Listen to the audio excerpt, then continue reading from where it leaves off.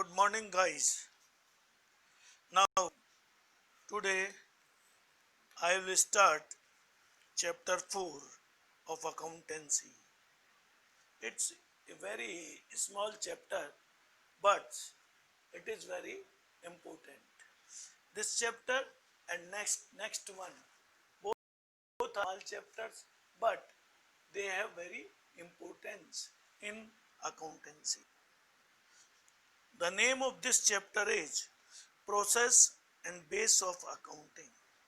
कि हम जो भी अकाउंट्स में डे टू डे ट्रांजैक्शन होंगे उनको किस तरह इनकॉर्पोरेट करेंगे, उसका क्या सिस्टम होगा और क्या प्रोसेस होगा. What is process of accounting?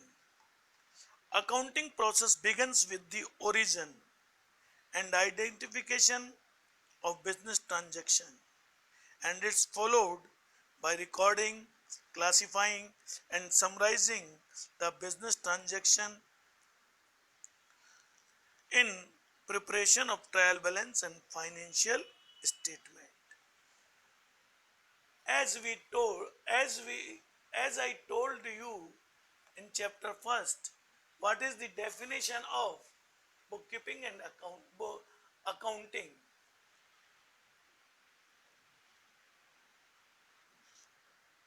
I told you that the accounting includes identification, then recording, then classifying,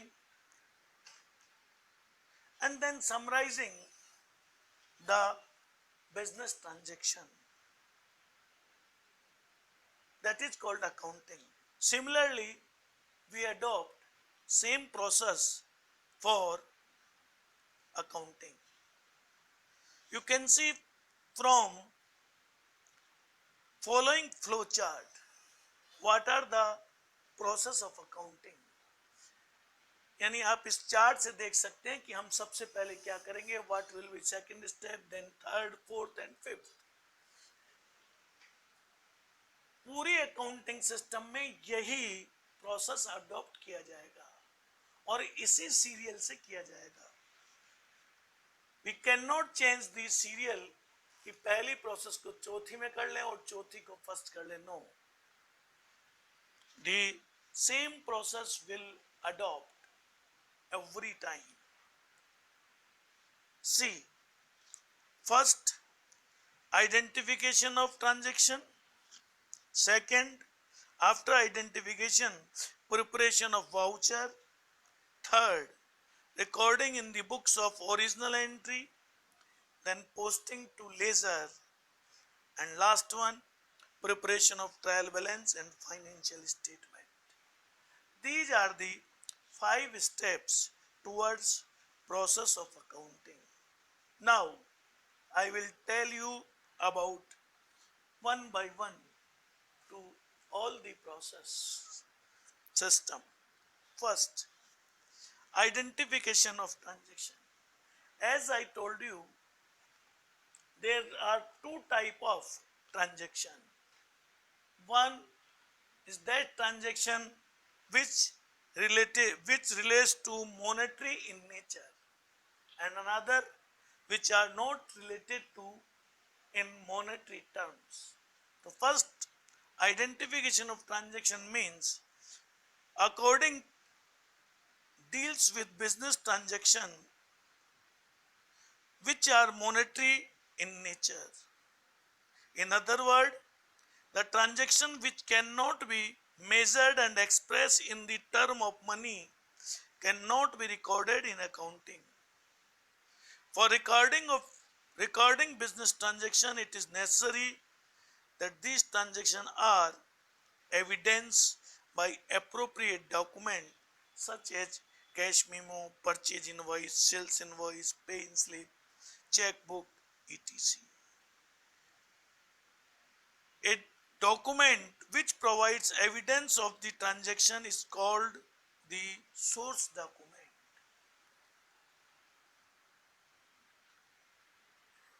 If I ask you what is source document, then your reply will be the source document is cash memo, purchase invoice, sales invoice, pay slip, bank passbook etc. तो first process का पहला step identification of transaction. हम केवल उन्हीं ट्रांजैक्शनों को incorporate करेंगे जो money term में उसको हम देख सकते हैं या एक्सप्रेस कर सकते हैं। एक्सेप्ट दिस ट्रांजैक्शन, हम सभी ट्रांजैक्शनों को छोड़ देंगे, बुक्स ऑफ अकाउंट्स में मेंशन नहीं करेंगे। Now second, preparation of voucher.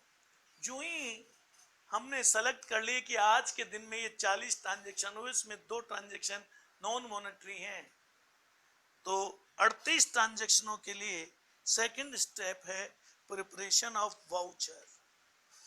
ये वाउचर जो मैंने भी आपको बताया सोर्स डॉक्यूमेंट के अलावा होंगे, और सोर्स डॉक्यूमेंट के लिए ही ये वाउचर बनेंगे। आपने किसी भी चीज के लिए पेमेंट किया, कैश वाउचर बनेगा, उसके लिए कैश वाउचर अलग से बनेगा। यदि आपने माल खरीदा तो उसके बिल के बेस पर आप अलग वाउचर बनाएंगे। माल बेचा, जो बिल आपने काटा है उसका अलग से वाउचर बनाएंगे, और यदि कोई खर्चा किया है तो उसका आप अलग से वाउचर बनाएंगे। On the basis of source document,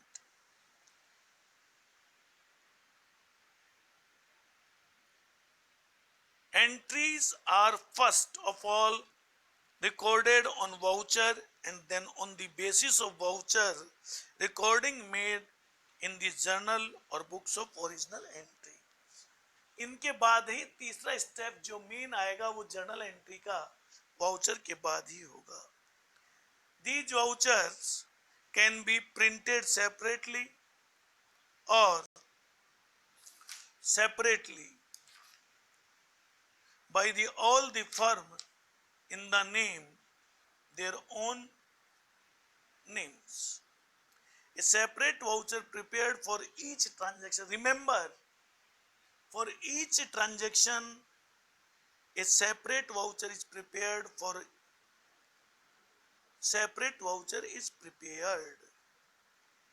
and specific the account is to be debit or credited।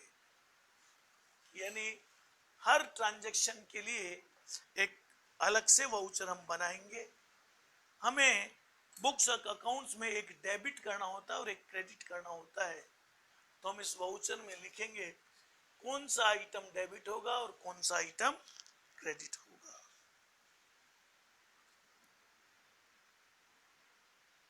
Third, recording in the books of original entry.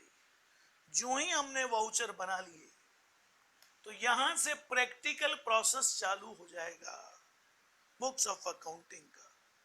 The books in which transaction are recorded for first time when a voucher और source document is called books of original entry. Journal is the one of the books of original entry in which transaction are recorded in a chronological order according to the principle of double entry system।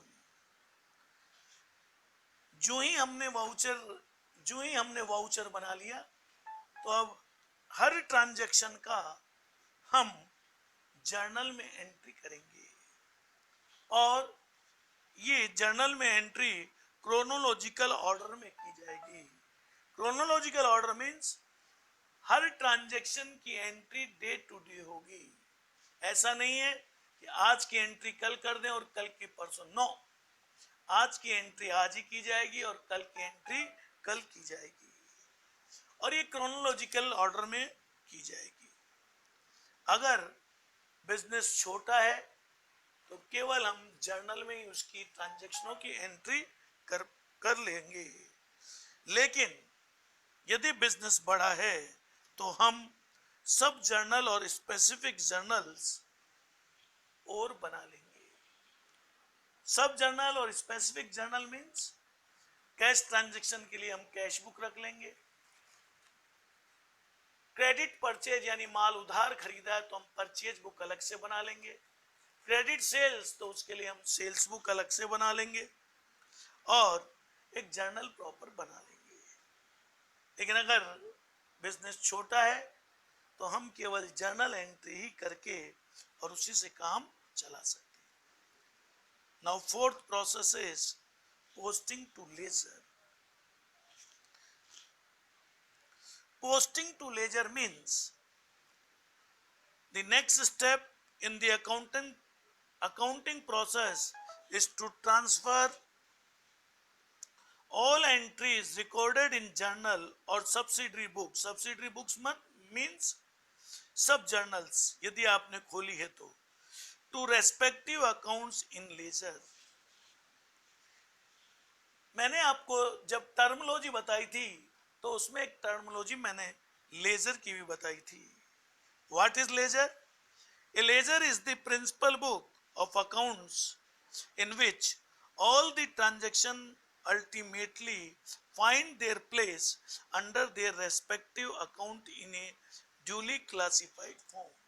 यानी एक format है, उस format में हम each and every transaction के का laser बनाएंगे जिससे कि हमें ये पता चल सके कि किस व्यक्ति को कितना पैसा लेना है और किस व्यक्ति को कितना पैसा देना है। हर ट्रांजैक्शन के लिए अलग अलग लेजर बनाई जाएगी। For recording in ledger, all transactions are classified and transactions of similar nature are recorded at one place in an account opened in their name, which will be provide a complete picture of all transactions relating to them at a glance. लेकिन इस बात का ध्यान रहे laser बनाते वक्त कि एक व्यक्ति की साल भर में एक ही लेजर बनेगी, चाहे उसने साल भर में कितने ही ट्रांजैक्शन किए हों।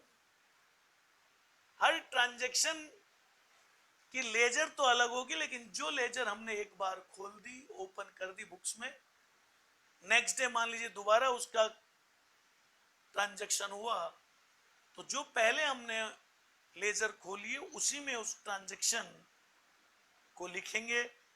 हर दिन के ट्रांजैक्शन के लिए अलग अलग लेजर नहीं बनाई जाएगी। फॉर एग्जाम्पल, अभी आप एग्जाम्पल के रूप में ही देखिए, मैं जर्नल एंट्री से आपको समझाता हूं। राम से माल खरीदा तो हम जर्नल एंट्री करेंगे परचेज अकाउंट दिया टू राम।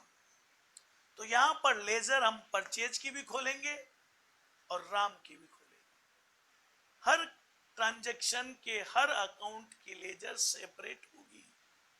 नेक्स्ट डे मान लीजिए हमने सोहन से माल खरीदा तो एंट्री होगी परचेज अकाउंट दिया टू सोहन। तो चूंकि परचेज का लेजर हमने पहले खोल लिया, इसलिए इस परचेज की इस ट्रांजैक्शन की एंट्री परचेज अकाउंट जो ऑलरेडी खुला उसमें करेंगे, और सोहन एक नया व्यक्ति है तो उसकी एक नई लेजर हम खोल देंगे। कहने का मतलब मेरा है कि एक बार यदि किसी की लेजर खुल जाती है तो फिर सारे एंटायर ईयर के ट्रांजैक्शन की लेजर उसी में की जाएगी। Next one, preparation of trial balance and financial statement. This is the last step of the process of accounting. Trial balance with the help of such trial balance is prepared by ledger. जो भी laser हमने बनाई है उन सब laser का साल के आखिर में हम बैलेंस निकालते हैं। Balance means total of debit side minus total of credit side, या total of credit side minus total of debit side. यानी जो भी ट्रांजैक्शन, जो भी लेजर हमने बनाई है उसके हम डेबिट साइड और क्रेडिट साइड दोनों का जोड़ लगा लेंगे। जिधर का जोड़ ज्यादा होगा उसमें से कम का जोड़ घटा देंगे और वो बैलेंस कहलाएगा। और इस बैलेंस को हम ट्रायल बैलेंस में मेंशन कर देंगे। So the last step in the accounting process is the balancing of ledger accounts and the preparation of trial balance with the help of such balances. A trial balance is a statement prepared with the debit and credit balances of ledger account to check the arithmetic accuracy of posting and balance of ledger accounts. ये ध्यान रहे, जब भी हम laser का balancing करके और trial balance में लिखेंगे तो the total of trial balance of debit and credit side must be equal. यानी हम ट्रायल बैलेंस में 3 कॉलम बनाते हैं, जो कि डिटेल में मैं आगे पूरा चैप्टर है उसमें बताऊंगा। अभी समझ लीजिए, एक तो नेम ऑफ लेजर, दूसरा अमाउंट के 2 कॉलम बनाएंगे, एक डेबिट और एक क्रेडिट। सभी लेजर के जो बैलेंसेज हैं वो हम इसमें लिखते जाएंगे। किसी लेजर का बैलेंस डेबिट होगा, किसी का क्रेडिट होगा, but total should be equal. यदि डेबिट और क्रेडिट साइड का टोटल इक्वल नहीं है, इट मीन्स या तो आपकी लेजर गलत है या आपकी जर्नल गलत है। And on the basis of trial balance we prepare financial statement to know about the profit and loss and financial position of the business. So these are the steps of process of accounting. I think it is clear to you. Now next topic, base of accounting. There are 2 base of accounting. इसके बारे में मैंने आपको पहले भी बता दिया था कि 2 तरह से अकाउंटिंग सिस्टम होता है। First, cash base accounting system and another is accrual base of accounting system. First I will discuss cash base accounting system. Under this basis income are not recorded unless they are received in cash. Similarly, expenses are recorded only when they are paid in cash. In other words, credit transactions are not recorded at all and are ignored till cash is actually received or paid for them. यानी इस तरह से accounting system रखने में हमें सिर्फ उन्हीं ट्रांजैक्शनों को बुक्स ऑफ अकाउंट्स में लिखते हैं, या तो हमने जिसका कैश पे कर दिया हो या हमें कोई कैश रिसीव्ड हुआ हो। यदि मान लीजिए मैं ये कहूं कि उधार माल खरीदा, तो हम उसकी entry cash basis of accounting system में नहीं करेंगे। यदि मैंने ये कहा पेड रेंट फॉर कैश, तो अगर हमने कैश में पेमेंट किया है रेंट को, किराए को, तो हम उसके अकाउंटिंग सिस्टम में, इसमें कैश बेस अकाउंटिंग सिस्टम में एंट्री करेंगे। तो मोटी बात फर्क यही है कि कैश बेस अकाउंटिंग सिस्टम में एक पर्टिकुलर ईयर में, यानी फाइनेंशियल ईयर में, financial year means from 1 April to 31 March, जो भी कैश ट्रांजैक्शन है रिसीप्ट और पेमेंट के, हम केवल उन ट्रांजैक्शनों को ही लिखेंगे। क्रेडिट ट्रांजैक्शन को हम इस बेसिस के ऊपर अकाउंटिंग तैयार करते समय एंट्री नहीं करेंगे। रिमेंबर, ये कैश जो भी हमें रिसीप्ट हुआ है इस पीरियड में, चाहे वो पिछले साल का हो चाहे एडवांस में हो, हम सब लिखेंगे। और इसी तरह कोई किराया या एक्सपेंसेस कोई हमने करंट का दिया हो, पिछले साल का बकाया दिया हो, या एडवांस में कोई एक्सपेंसेस कर दिया हो, वो सारे लिखेंगे। एक ही चीज ध्यान रखनी है इसमें कि transaction must be in cash, केवल वही हम लोग इसमें इनकॉर्पोरेट करेंगे। We will not incorporate credit transaction when we prepare our books on cash based accounting system. Now second is accrual based accounting system. Under this basis, income are recorded when they are earned or accrued, irrespective of the fact whether cash received or not. For example, cash sale made on credit will be included in the total sales of the period. Similarly, expenses are recorded when they are incurred or become due or not when the cash is paid for them. इस system में हम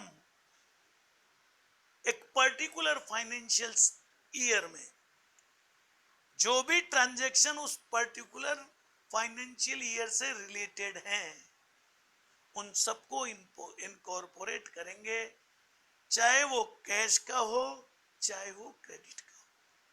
for example, यदि मोहन से मैंने उधार माल खरीदा तो cash base accounting system में हम उसकी एंट्री नहीं करेंगे, लेकिन यदि हम books accrual base of accounting system से रखते हैं तो we will enter this transaction in our books. इसी तरह बिजनेस में 12 महीने का किराया 1 अप्रैल से 31 मार्च तक 12 महीने का होता है, हमें 12 महीने का किराया पे करना होता है ऑनर को। मान लीजिए हमने 10 महीने का एक किराया पे किया और कह दिया ऑनर को भाई 2 महीने अब लॉकडाउन हो गया इसलिए हम ये किराया आपको आगे देंगे।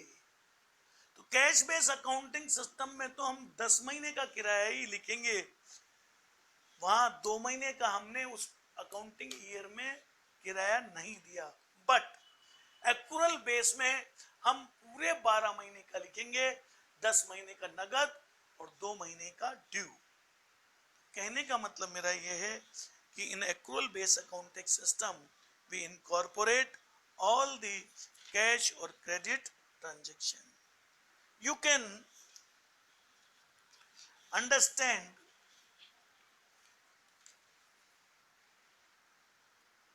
by the help of distinction between cash basis accounting and accrual basis accounting system।